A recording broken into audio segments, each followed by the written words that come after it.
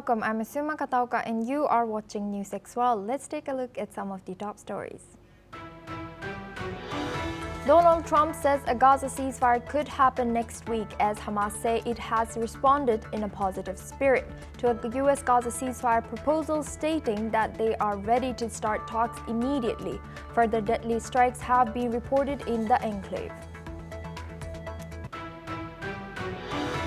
Trump says he is very unhappy with Vladimir Putin, saying the Russian leader wants to keep killing people. Trump also speaks on potential Russian sanctions as both Kyiv and Moscow report attacks on their territory. Donald Trump has vowed federal aid for Texas after flash flooding kills at least 24 people, with frantic search and rescue operations continuing in the U.S. state. 23 girls who were at a summer camp are still missing. The U.S. President Donald Trump says that Iran has not stopped uranium enrichment or agreed on nuclear inspections. Meanwhile, Iran Armed Forces Chief of Staff has warned that a powerful and devastating military response awaits Israel if it acts again. U.S. President Donald Trump has signed his One Big Beautiful Bill into law at an American Independence Day event. Meanwhile, protesters gathered in Washington for a Free America demonstration with other protests across the country. Donald Trump says he has sent letters to 12 countries threatening tariffs of up to 70%. His 90 Liberation Day Levi pause is set to come to an end on July the 9th, and the president has signaled he will not extend the deadline. Greek emergency services continue to battle devastating wildfires on the island of Crete for a third day. It comes as temperatures continue to rise, with a heat wave gripping parts of Europe. Celebrations for the Dalai Lama's 90th birthday are underway, with Indian Union Minister Kiran Rijiju meeting the Tibetan leader. The occasion comes after the Dalai Lama confirmed he would be reincarnated, with China saying they need to approve the successor. U.S. President Donald Trump says talks with China over a possible TikTok deal could begin as early as Monday or Tuesday. Speaking to reporters aboard Air Force One, Trump said the U.S. pretty much has a deal in place for the sale of the short video app's U.S. operations. Let's listen in to his full statement. Big deal. It's like TikTok. I'm extending that, but no big deal. We have a buyer for TikTok, by the way. I think I'll need probably China approval. I think President Xi will probably do it. I'll tell you in about 2 weeks. Very, very wealthy people. It's a group of very wealthy people.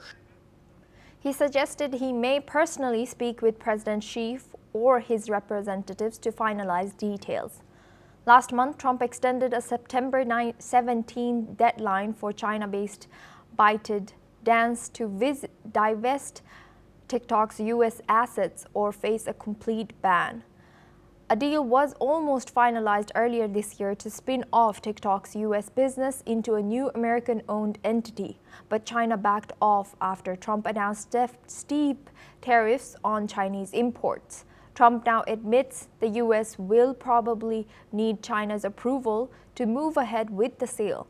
Asked if he's confident Beijing will agree, Trump said he wasn't certain, but believes the deal would be mutually beneficial for both countries. Now we are joined by guest for this discussion, Andrew K.P. Long. He's an independent China strategist joining us live from London. Thank you, Andrew, for joining us today.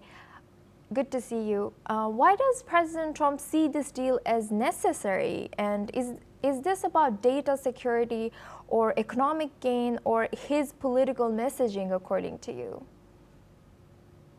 It's almost all of these things. Let's not forget that during his latest election for the presidency, He was greatly helped by the TikTok's, the short video platform, reaching out to a lot of young people who have embraced this Chinese media, social media platform to share videos, short videos about their daily lives, about ideas, and even about politics. And so it's hugely popular, not only amongst the young people, but across the whole of the United States, and of course other parts of the world. And of course, this popularity also raises questions about security, data security, and along with the perceived China threat, and hence there is indeed some hype about this represents a national security issue. On the other hand, China sees that this, just like Google and other platforms like YouTube, it is China's version, and of course the core of this business is the algorithms, and the algorithms are controlled by TikTok's parent company, ByteDance.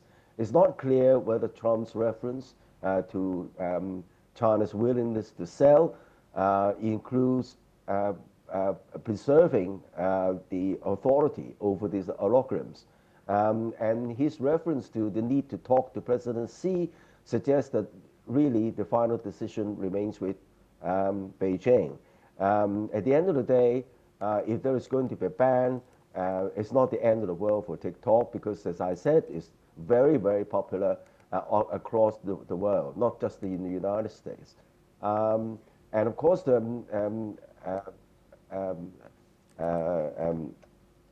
U.S. President Trump wants it to preserve his popularity through this platform, and is pressing for it. And it's pressing for it also because there are very rich buyers looking at the business potential of this platform. So you can see that these dynamics are all at play. At the end of the day, President Xi can still say no, but it's from China's perspective, it's not one transaction after another. It's a holistic approach. In other words, if there is a gain for America in TikTok, you must give something else. And then it's a kind of a give and take. And the give and take must be looked at holistically, including tariffs, including sanctions, including access to technology. So I think at the end of the day, it's likely to be wrapped up as part of the overall trade deal, which has got to be negotiated, finally approved by President Xi.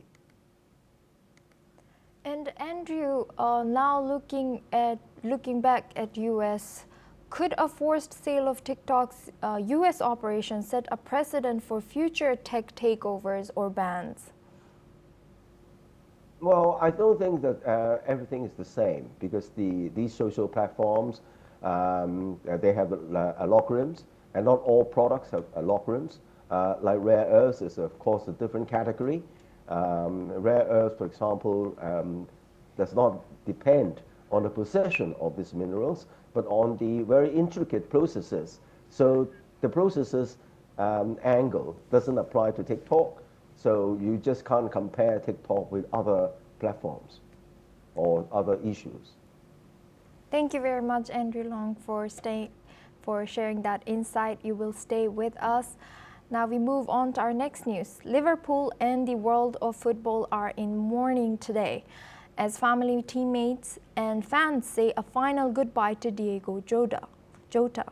The 27-year-old Portuguese forward and his brother Andre Silva were killed in a horrific car crash in Spain earlier this week, just 11 days after Jota married his longtime partner, Ruth Cardoso.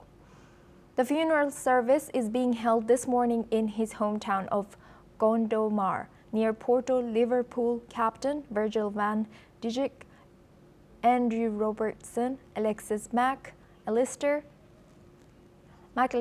and manager Arne Slot are among those in attendance. Former teammates Jordan Henderson and James Milner are also arrived in Portugal last night. Portugal head coach Roberto Martinez and national stars including Ruben Dias and Nelson Semedo were seen entering the church earlier, as was legend Ricardo Carvalho. A vigil outside Anfield Stadium continues, where fans are laying flowers, shirts and scarves in memory of the forward who scored 47 goals for the Reds since joining in 2020. As a touching tribute, Jota's popular chant was sung again by fans gathered outside. "Oh, he wears the number 20. He will take us to victory." Let's listen in to what his fans have to say. One of our great players has just lost his life, and and his brother as well, and it's an absolute tragedy, and it should not have happened. No way should it have happened. And he's not just a footballer to me. He had a wife, children, he had a family, and it just shouldn't have happened. Just shouldn't have happened. We've all been shocked by the events of the last couple of days, and to see someone so young like that lose their life, I think it was disbelief at first when the news came out, but we wanted to come down and just pay tribute, leave some flowers, and basically just to show our respects for such a tragic loss of life. You know, someone of 28 like that, in the prime of his life, the prime of his career, really, really tragic. So I think, like a lot of people today, there's a bit of a sense of obviously sadness and yeah, just a real kind of disbelief, I suppose, about what's happened. Yeah, just to pay my respects to him and his family, and just to also sign the condolence book just for his family as well, because what we're going through and what they're going through is totally different. And I feel for his parents, because that's a horrible thing to be told, that both your sons, not one, but both of your sons are gone. So I came down to pay my respects to the Jota family. The ceremony in Gondomar remains private, with the family requesting privacy, though loudspeakers outside the church are allowing mourners to listen to the service. Diogo Jota leaves behind his wife and 3 young children, and a football community in shock, grief and gratitude for his talent, humility and heart. Now we are joined by Joshua Barnes. He's an anchor and correspondent at NewsX World for this news. Joshua, what more can you tell us about this tragic news that we're hearing? It is not enough of a word to describe the pain being felt by football fans, teammates, colleagues, and sporting fans across the world. A moment where 2 young men, footballers in the prime of their careers, both playing professionally, dying in a completely unrelated incident, and such a tragic loss of life. These live visuals that we are showing you from outside of the church in Gondomar, in the region where both brothers Jota and Andre Silva grew up. We've seen so many former teammates, both internationally and at club level, arriving at the service. Virgil van Dijk, Andrew Robertson, the Liverpool captain, and one of Diogo Jota's best friends at his last club during his career, both carrying wreaths, one with the number 20 for Diogo Jota and one with the number 30 for Andre Silva. The procession has continued through into the church. It is an extremely tough day for sports fans. One of Diogo Jota's best friends in the game, Ruben Neves, was carrying the coffin of Diogo Jota. Footballing stars, footballing managers and staff all in Portugal for this service. A truly shocking moment, and a career that has been taken away at a point where it was flourishing. Diogo Jota, a key member of a Liverpool team and Liverpool squad that won the Premier League last season. Diogo Jota was set to be a key member of the Portugal team in the World Cup in the US, Mexico and Canada in 2026. He's also tasted international silverware as well with Portugal and the Nations League, winning the trophy a few months ago. He will be remembered for his work on the pitch, but also for his personality off it. A keen gamer away from the pitch. He played a football video game called FIFA on stream, where he could connect with fans, that personal aspect which is so rare often with elite sports people. Diogo Jota had that and spoke with fans and gamed with fans on a regular basis. He also had key relationships within his teams, and they are here mourning today. A quick note as well on Andre Silva himself, a 25-year-old professional footballer when he died playing in the second tier in Portugal. The images of both coffins being carried with teammates and friends walking with them, a truly heartbreaking moment. And once the mourning is over, two young professionals who will be remembered for their skill and their talents. A tragic day. Thank you, Joshua Barnes, for sharing that insight. You will stay with us. Now we move on to our next news. In US, dozens of protesters took to the streets this 4th of July for a Free America protest, denouncing President Donald Trump's policies. Demonstrators in Alaska and Washington, D.C. voiced opposition to public sector cuts, rising income inequality, and migrant restrictions, one of several Independence Day protests nationwide. In Columbus, Ohio, protesters lined streets near the State House to rally against Trump's newly signed Big Beautiful Bill, a sweeping package of tax and spending cuts. Some held signs and chanted, "No Kings," pushing back against what they call authoritarian overreach. And in Miami, Floridans gathered at the city's Torch of Friendship to protest both the president and the controversial alligator Alcatraz Migrant Detention Center, located deep in the Florida Everglades. Protesters stood in the rain carrying signs that read, "Remove Trump and stop this Nazi stuff," amid growing concerns over immigration crackdowns tied to new federal spending. Now we're back, joined by Joshua Barnes, anchor and correspondent. Joshua, what more can you tell us about this protest ongoing in US in the middle of 4th of July? Well, yes, Suma, 4th of July to Americans is an extremely significant day. It is, of course, American Independence Day and is celebrated across the country. Trump himself held a special event where he signed his big, beautiful bill, and Trump's recent actions have led to protests across the United States. We've seen a wave of protests, No Kings protests against immigration arrests, which took place in Los Angeles, and now further protests about separate issues. Alligator Alcatraz is one that you mentioned, this new migrant housing site, which Trump himself has said is surrounded by alligators, pythons, and a swamp, has been set up as a deterrent, but also as a site that could hold up to 5,000 migrants. Also protests about Trump's big, beautiful bill, of course, a big tax and spending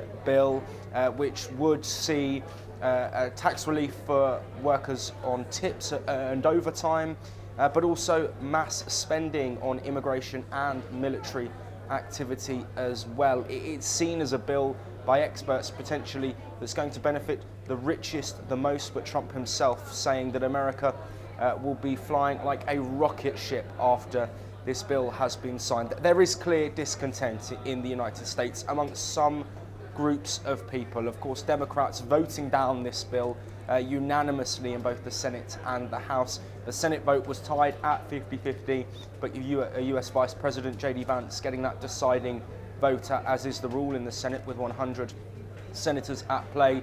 There were also a couple of defectors from the Republicans who weren't happy with the bill in the House of Representatives, but that went through with a slightly easier margin for the president. It is controversial. It is a big spend, and it could see over $3 trillion added to US debt, and Trump has talked about cost-cutting. The Department of Government Efficiency, at one point headed by Elon Musk, was looking at cost-cutting, so that there have been conflicts within Trump's top team and confidants and allies as well. But the discourse is there, but there is also still a vast amount of support for Donald Trump. He was very clear that immigration was a key policy during the election campaign. He won that election rather unanimously, winning the House, the Senate, popular votes at that point, and also the presidency. So this was his goal, this was his aim.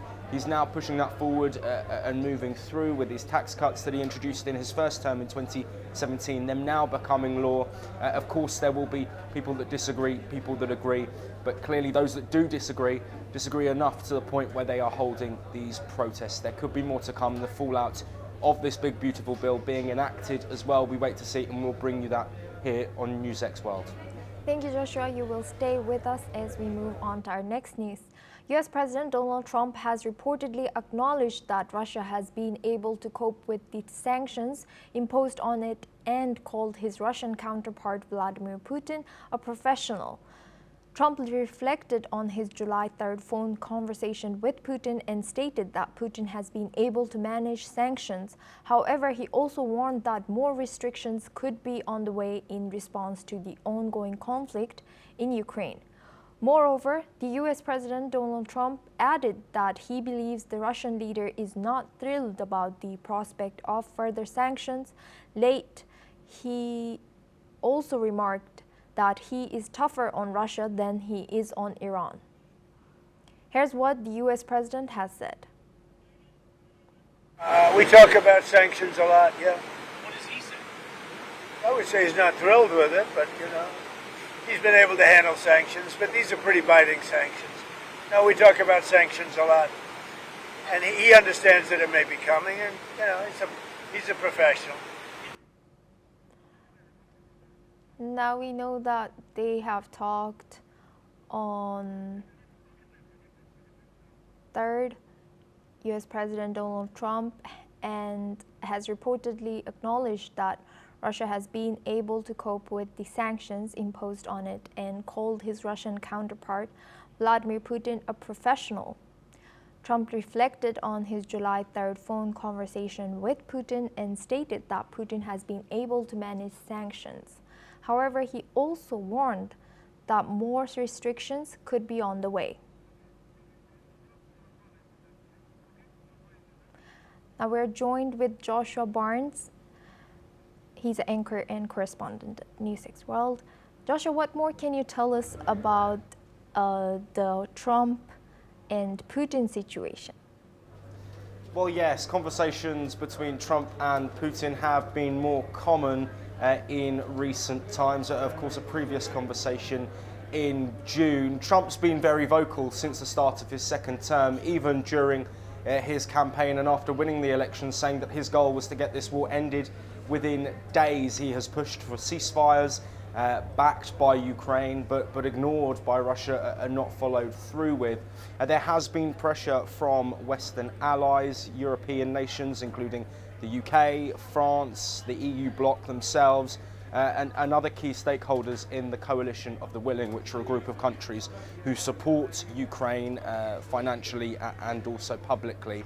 They have been pushing the US to place sanctions on Russia in order to try and force Vladimir Putin's hand into accepting a ceasefire. There is a rhetoric across experts, many experts we've had on the programme.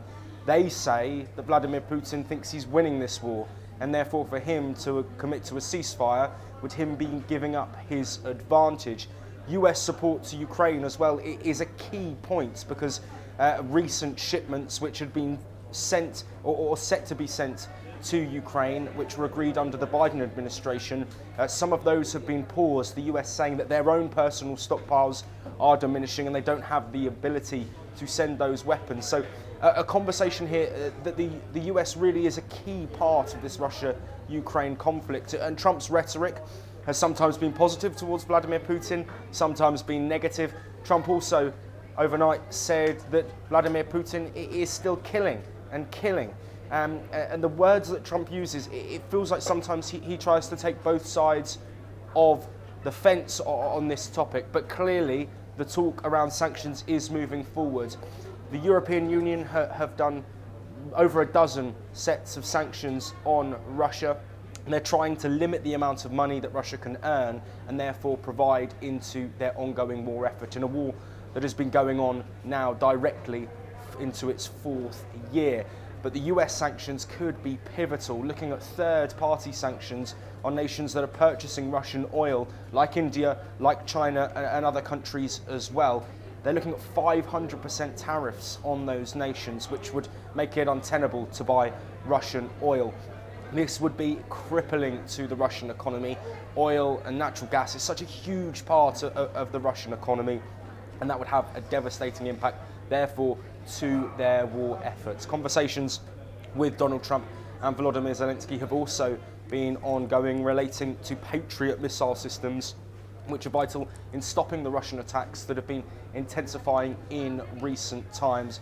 I think the rhetoric with Trump and Putin is one we need to be cautious about. Trump does change his mind, he changes what he says publicly. Sometimes it feels like he's ready to put pressure on Vladimir Putin. Sometimes it feels like he's supporting Putin and potentially praising Putin for how he's acting as a leader. One that we will keep a close eye on, and one that will continue to develop as work towards a potential ceasefire continues but remains at an impasse. Thank you, Joshua Barnes, for joining us and sharing that insight. Now we move on to our next news. US President Donald Trump has said that Ukraine would need Patriot missiles for its defenses after speaking with President Volodymyr Zelensky on July 4th. He also voiced frustration over Russian President Vladimir Putin's failure to end the fighting. Trump said that he had a good call with Zelensky, repeating that he was very unhappy about his call with Putin due to his refusal to work on a ceasefire.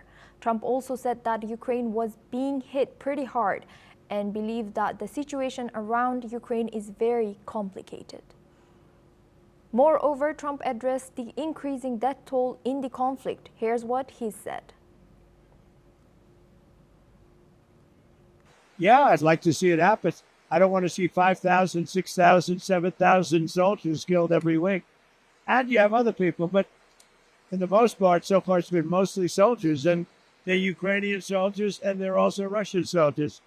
But it's 5,000 souls, and they're being killed every single week. So it's really higher than that now. This comes after a decision by Washington to halt some shipments of weapons to Ukraine, which prompted warnings by Kyiv that the move would weaken its ability to defend against Russia's airstrikes and battlefield advances. Later, Germany said it is on talks on buying Patriot air defense systems to bridge the gap. Now we're joined back by Joshua Barnes. Joshua, what more can you tell us about the situation?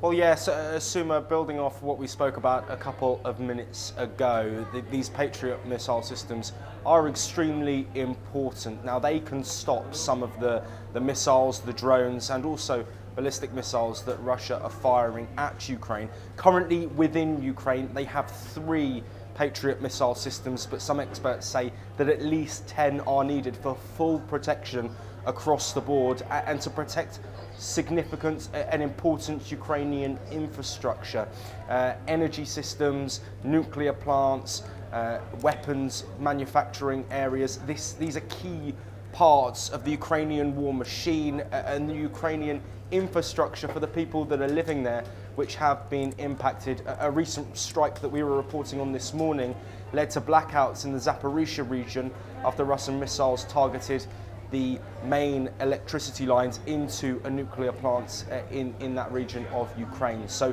it really is a case of limiting the impact of these Russian attacks. But the problem is, as I said earlier, the US are running out. They have less than 1,000 munitions now for these Patriot missile systems within their own arsenal, and they're not looking to give more away. A potential option, as you mentioned, Germany have come to the fore and said that potentially they could purchase them off the United States and then give them directly to Ukraine. This immediate influx of money from Germany would also allow the United States to continue producing more. Another thing that has been put on the table, and a potential conversation that might be had, that Germany have also spoken about, is Ukraine and the US working together, and these Patriot missile systems being built within Ukraine. Boris Pistorius, who is a member of the German government, he is headed to Washington later this month, and that is a conversation that will be had about the possibility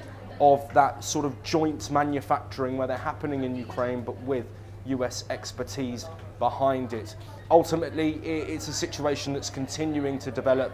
The strikes on Kyiv, not last night, but the night before, completely massive strikes, the biggest that we've seen so far in this more than 3-year conflict on the capital city of Ukraine. Debris is still being collected. The potential impact, if Ukraine had more Patriot missile system, Patriot defense systems to counteract these missiles, would be huge. But I think the conversation is one which is an admission, Donald Trump himself saying that peace is not close. We wait also for potential direct talks. We've had 2 rounds in Istanbul. Prisoner of war exchanges were agreed, but no more concrete move towards peace. Whether it's sanctions, whether it's further US support, or Europe stepping up at a time where the US are withdrawing their support, at the moment it's a status quo in terms of the actual combat and action that we're seeing. As Trump alluded to in that previous clip, thousands and thousands of troops dying each week. Thank you, Joshua Barnes. Now we move on to our next news. In the latest turn of events, trade wars flare again as US President Donald Trump announces he's signed letters to 12 countries detailing new tariff rates on imported goods. The move is part of his broader push to reset global trade terms and pressure partners to strike fairer deals with the United States. The take it or leave it offers will be sent Monday, just days before a 90-day negotiation window closes on July 9th. Trump didn't name the countries, but warned that tariffs could climb as high as 70%, starting August 1st. He initially floated a 10% base rate back in April, but those plans were put on hold to allow for talks. Let's hear Trump's latest statement. I did. I signed some letters, and they'll go out on Monday, probably 12. 12 different amounts of money, different amounts of tariffs, and somewhat different statements. Mr. President, which countries will receive those letters on Monday? You'll be announced. I have to announce it on Monday. Trump and his top advisors had planned to start trade talks with many countries over tariff rates. But after facing setbacks with key partners like Japan and the European Union, Trump now prefers a simpler approach. Yesterday, he indicated that sending letters on tariffs is a more straightforward approach than lengthy negotiations. So far, only deals with Britain and Vietnam have been reached, with the UK keeping a 10% tariff and Vietnam seeing reduced rates on many products. Trade talks with India have stalled, and European Union officials say no breakthrough has been made, with the possibility of extending current terms to avoid new tariffs. Now we're joined back by Joshua Barnes. Joshua, what more can you tell us about this upcoming trade deals? Well, yes, absolutely, Asuma. This deadline on the 9th of July we've known has been coming for almost 3 months now. Trump's Liberation Day tariffs, the board that he held up with around 70 countries and varying tariffs, some up to 70%, were initially instated. Then Trump put a pause on for 90 days where they've all gone down to a base level of 10%. But if a deal isn't agreed with countries by the 9th of July, then that initial Liberation Day tariff will come into force. There are some key trading partners who are yet to agree a deal, and this is all around trade imbalances. Donald Trump says that there's too big a trade imbalance, too much US goods are going out to other countries and not enough goods are coming in from other countries to the US. It's a situation that Trump again has been strong on during his campaign, looking to really level the playing field up. But the impact that has on the economy, we saw the jolt that it gave to markets globally once those initial tariffs were announced. Trump himself has said that these Liberation Day tariffs have been a tool to get countries to come to the negotiating table almost as a threat. If you don't agree to a deal, this is what will happen. Now we've come to a point where this deadline is nearly done, and Trump himself has said we're staying strong. We're not going to extend this deadline. Again, Trump's rhetoric often flips. We've seen tariffs on Mexico and Canada introduced on certain products, then rescinded after conversations were had about immigration, fentanyl as well, then reinstated once again. So it's difficult to fully have a picture of where Trump's mind is and where Trump's administration is. All we can go off is the last thing that he said, and that's that these deadlines won't be moved, and that from the 9th of July, these countries that are trying to organise a trade deal, if they can't get one done, will be set to face tariffs way over 10%, some all the way up to 70%. We've had a response from other countries throughout this almost 3-month period. Japan, the EU, India, amongst other countries, South Korea as well, clearly looking towards a trade deal and being in key negotiations, but they also don't want to impact their own self-interests. China, of course, is another one, and discussions have been had. We wait to see if any deals can come in at the 11th hour. I think some are close. We know India's close. We've heard the European Union talk about being close. Canada speaking at the G7, saying that a deal should be done soon as well. So one for us to keep an eye on. These letters, I think they're more symbolic. I think it's more of a reminder that Trump saying this is coming. Around 15 key nations we know were in discussions with the United States, and some deals have been done. Vietnam, the United Kingdom, India we believe to be close as well. So it's one definitely to keep an eye on. The market impact that we could see on the 9th of July if these new tariff rates come into place could again hugely jolt the economy globally, and it's one we'll be keeping an eye on here at NewsX World. Thank you, Joshua Barnes. Well, that's all we have time for. We will continue to bring more news updates from around the world.